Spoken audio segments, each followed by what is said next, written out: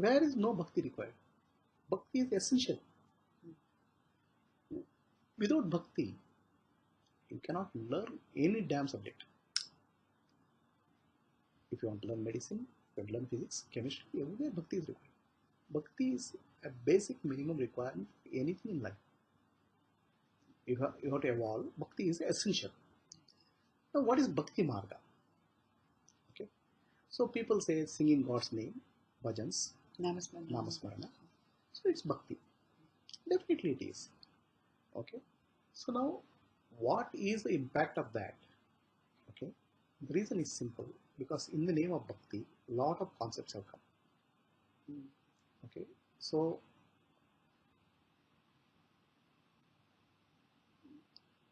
there is a concept of God, this way it is to be, this is the way you have to behave.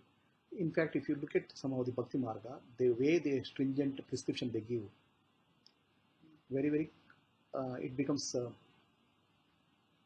it becomes very restrictive practices.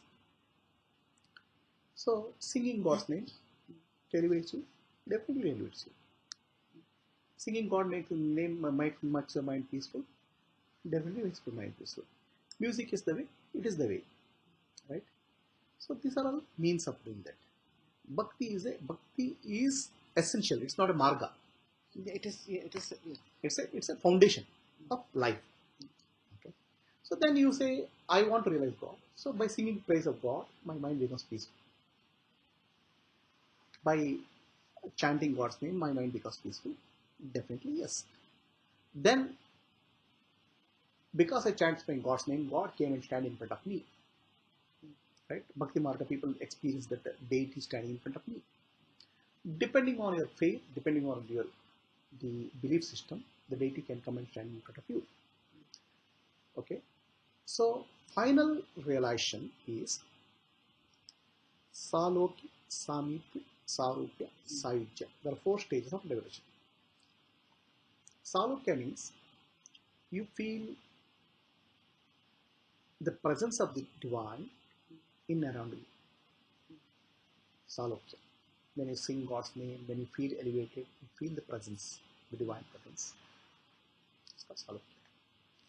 Samipya is you feel closer to the deity. Okay. Sarupya means you take the form of deity, not in the dress or physical appearance, but psychologically. Sayujya means you become one with the deity. So this is the way a person becomes closer to God. This is what we typically call Bhakti Marga. For me, Bhakti is basic minimum requirement. It's not a marga. It's essential. So without that, nothing will be in life possible. The realization for me is dropping of ignorance, dropping of illusion of individuality. So for that for me is a clarity of understanding, the jnana. The shortest, clearest and cleanest way of jnana is a relationship jnana. Bhakti is the basic, jnana is the means to liberation. That's my view. So now, jnana, wisdom. Gyan. So without gyan, what happens is bhakti typically tends to into sort of a what do you call as a lot of fantasies, lot of imaginations. It can go into delusion, blind faith, different types of faiths. But now look at Meera.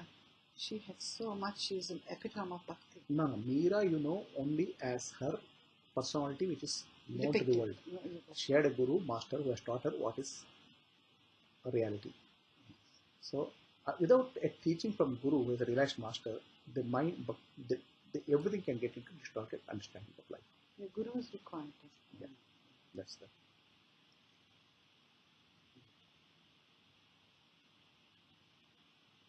So for you, Bhakti Marga means when you do sing bhajans or do prayer, your mind becomes peaceful, attains supreme peace, and you feel elevated. Definitely, that's the right way to go. When I sit in my temple and I just try to pray to God or just look at the deity that I really love very much, then suddenly I get some words, bhajan. It just comes to me, and often I forget also. But nowadays, when it comes to me, something just comes, some words come form. I go to my music room and I get the tune music of that. It's divine inspiration, isn't it? That I can make the tune based on some raga, and words also come very, very, very That's easily. right. They flow. That's right. So that is part of the bhakti. That is. See, what happens is that when the mind gets elevated, mind becomes full of love, the mind gets connected with the universal mind. Okay? And a lot of inspiration, thought process comes into picture.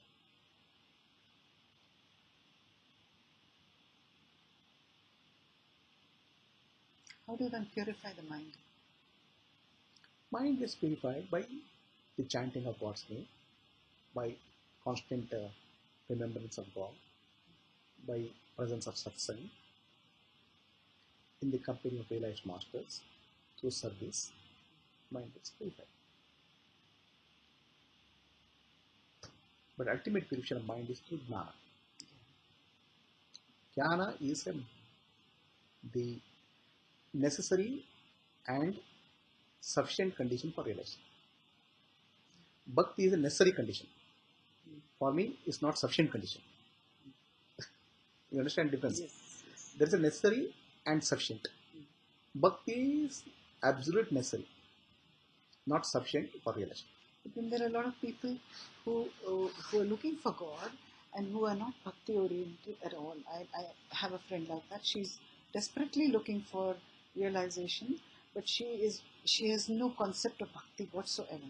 No, the concept of bhakti itself She doesn't understand. No, bhakti itself is not the way people speak of bhakti. The normal bhakti we speak of is chanting of God's name, prayer and all. I'm not speaking feeling of that. I also don't mean that. I mean that somebody is looking for God, so there is actually a love for God and respect for God. Yeah. That itself is bhakti. It's not through a symptom. No, it is bhakti. Yeah, it is. But this person is looking for God. She knows her too. For many years, she has been looking for God so desperately. She goes anywhere at the spiritual master is coming, she will leave everything and run there. That's bhakti. But that is necessary. But still, there is that thing that the feeling is not there. No, that is intellectually she is good. No, when you say intellect, when she runs for this thing, there's definitely deep amount of some amount of respect, some amount of love for that. That's why she runs. She runs for that is called bhakti. That is bhakti. So we cannot say bhakti is this and that. You cannot define that. So bhakti is there is a respect and love for that. So that's why she runs. Others nobody will go. Who will get away from home and go for something? Somebody goes for a cricket. He goes out of love for cricket. This the daughter, this guy's son is there. Day and night he spends cricket. That's love for cricket. Okay, right? And there is a bhakti for all this over that cricketing fellows. That's why all these batsmen and bowlers. There is a bhakti. Bhakti. So that's also bhakti. When you say jnana is necessary, is that jnana about Ved, Puran and all, or is it jnana? Where is the jnana? What he's been teaching us today. Atmajyothi. Who are you? That is jnana. Okay. If you, that is the only thing jnana. Everything else is superficial. Without that jnana, no realization is possible. That's according to me. Okay. Everything, bhakti is definitely required. It's a necessary condition. But is sufficient condition? 100% I am clear that it's not sufficient condition. But now you're saying jnana. Who are you? I might not have this jnana intellectually. That intellectual jnana is not jnana. It is not. So until it translates intellectual jnana is not clarity for you because that jnana is covered with, mixed with some notions. Already some belief systems are there which are hidden. So those belief systems are covering jnana. That's why with confidence you are not able to say this is the truth. So that hidden cobwebs, or I call it as hidden masks, have to be unraveled. That's called jnana. By spiritual master. My question.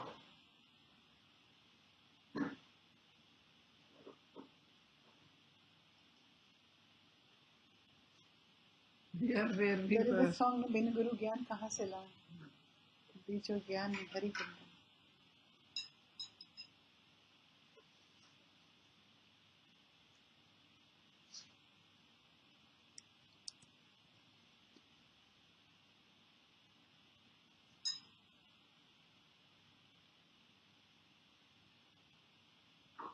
As people sitting here rubbing some. See, whatever I am speaking of is completely coming from my inner experience. It's not.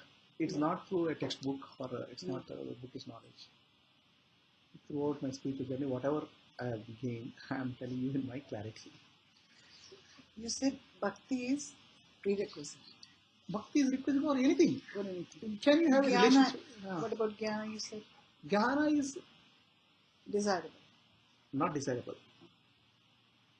With jnana, your journey ends.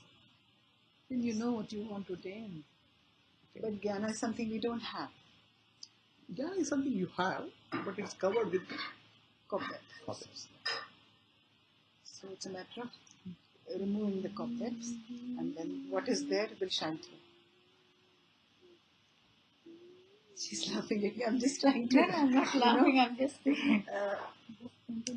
To reiterate to my mind. No, it's correct. This What is you're it. saying is So if I repeat, then I sort of it will go a little bit inside. Because we've been doing this only since yesterday. You're very lucky. Ask. So dispel the darkness, take away the darkness, the light is there.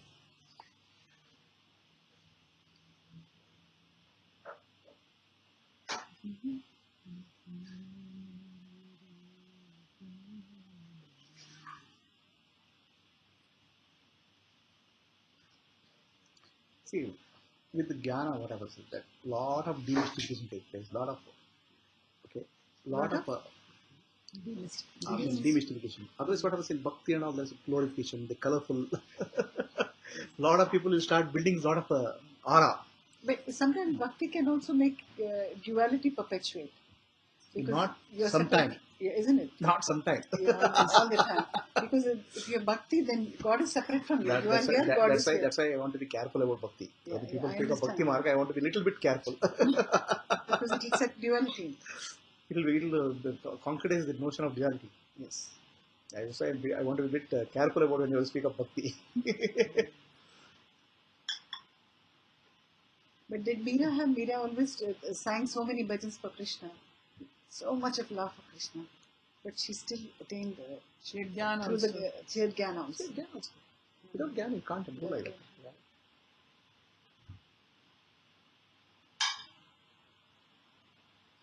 See, that is a model of bhakti. Okay, when you say bhakti perpetuates duality, duality is I am separate from God. So Meera's marg was prem marg. Prem marg, Krishna is considered as the husband. Okay, so what happens is that people take different marg, different models. God is my father, God is my friend, God is my relative, God is my husband, right? So Gopikas and Meera and all, they took God as their husband, as their the relationship is of prem. So there is a mental and physical union takes place in that, and that when that union takes place, there is no separation. So this is what happens there. Okay, it's ultimately non-dual. It leads to non-dual state. But what happens is that visualization, thinking is that of union in some way. That the Sufis call them as fana. So what happens is Sufi, for Sufi, the God is the lover, beloved. So there is a union which takes place. Okay, start with the duality, but you end up with the non-duality. Okay, but many cases that doesn't happen. Okay, where they say, God is here, I am there, I'm separate. There's from always God. that level. Yeah, that gap is maintained. Only there are different types of relationship with God. God as father and I am son. God as father and daughter. God as lover and beloved. Okay. God is master and servant. Out of which is the most closest relationship? God is master. Beloved. Beloved is the closest of relationship. And every other relationship is dualistic. So then you can become one with your beloved. You can become one. That's what I'm saying. That is the closest to non-duality. All other relationships, there's a gap. So you have to imagine God as your lover. So that all depends on their mental mode and when you start writing bhajans and when you write, it's, I don't know, it sometimes does come easily. one. It's a beautiful feeling, but It the is. bhakti feeling it's so beautiful, very blissful. But Gnani will miss all this romance and the journey on the path. Yeah. Gnani's journey is very fast and tuck, tuck, tuck, tuck, he will go through. He'll miss all this glamour on the path. But is the bhakti a delaying process? Not delaying process, it's enjoyable process. You get lost in that enjoyment. in the journey, it becomes only Gnani's journey is like a jet speed. You don't even see what is there. Where bhakti is like a train journey, or through the hill and mountains and the valleys. the jnana also will come. It just happen, you know. You mean to say once you reach that path of jnana, not path, the jnana, you reach that realization, there won't be any bhakti at all. No, the bhakti is the Gnani has a highest bhakti. It's called para bhakti. Gnani's bhakti is actually there are two bhaktis. Apara bhakti and para bhakti. Apara means lower. Para means higher. So in whatever bhakti you speak of has a concept of God. Yeah. Without the concept of God cannot happen. And concept of God is not reality. That's why the bhakti is called lower level. Okay, whereas Gnani has parabhakti, he has understood he has there's no concept, it's a reality for him. So that's why the Gnani is highest bhakta. Okay, but not bhakta in the sense of other people. Okay, the other people may sing and dance and all. But Gnani is already in full union with God. So that's why Krishna says, Bhagavad Gita, Chaturvida bhajante ma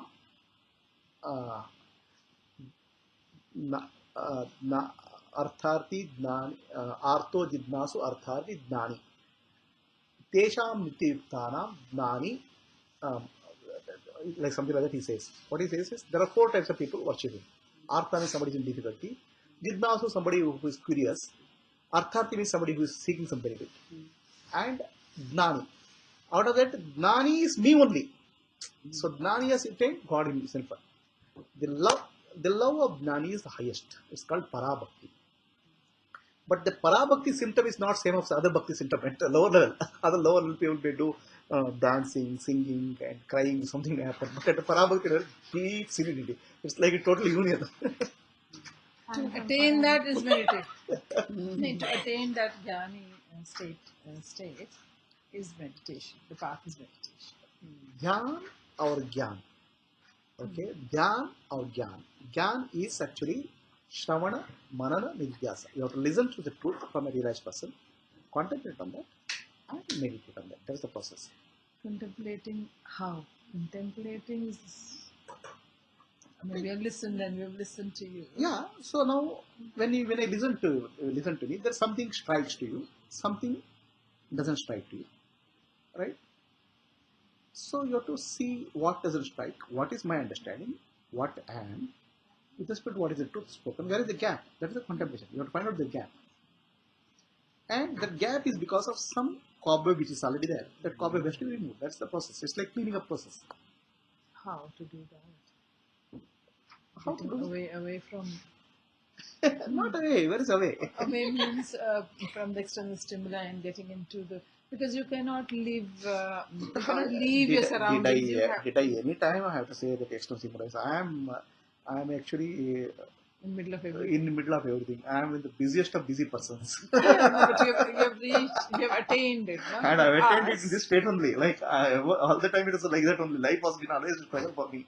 I have never had a cozy life. Maybe your earlier sanskaras and your karma yeah, that is what it is. No, because I am trying to think I was about always myself. in the frying pan. Okay. I didn't have a luxury of living in New Zealand.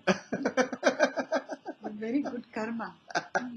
And from so many past lifetimes, you have earned so much that you could get it this time. Don't go back to the past lives. No, your past life, no. What, yeah?